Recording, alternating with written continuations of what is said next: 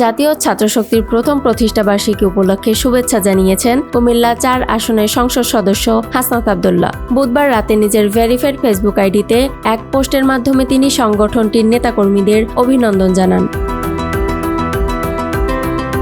দেশের ছাত্র রাজনীতির অঙ্গনে 1 বছর পূর্ণ করল জাতীয় ছাত্রশক্তি। ২৬শে ফেব্রুয়ারি ২০২৫ সালে প্রতিষ্ঠিত এই সংগঠনটি পরবর্তীতে একই বছরে ২৩ অক্টোবর বাংলাদেশের গণতান্ত্রিক ছাত্র সংসদ বা বাকছাস নাম পরিবর্তন করে জাতীয় ছাত্রশক্তি হিসেবে পুনর্গঠন হয়।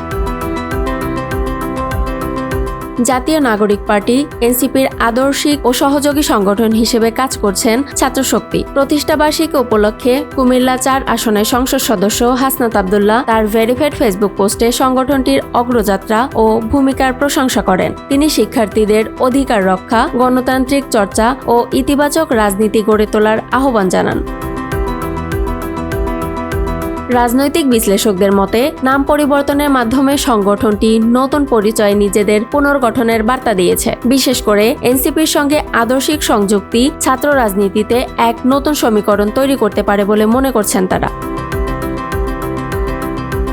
প্রতিষ্ঠা বার্ষিকী উপলক্ষে সংগঠনের পক্ষ থেকেও বিভিন্ন কর্মসূচির ঘোষণা দেয়া হয়েছে বলে জানা গেছে। সামাজিক যোগাযোগ মাধ্যমে নেতাকর্মীরা শুভেচ্ছা বিনিময় ও নানা আয়োজনের ছবি শেয়ার করছেন।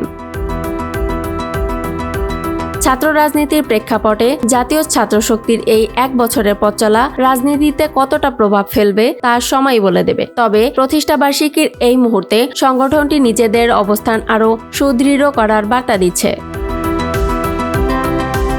জাতীয় ছাত্রশক্তির প্রথম প্রতিষ্ঠাবার্ষিকী ঘিরে রাজনৈতিক অঙ্গনে চলছে নানা আলোচনা। ভবিষ্যতে ছাত্র রাজনীতিতে সাংগঠনিক ভূমিকা কি হবে সেদিকে এখন নজর সংশ্লিষ্ট মহলের। ইয়ামুনি, নিউজ ডেস্ক, নিউজ 24 ঘন্টা।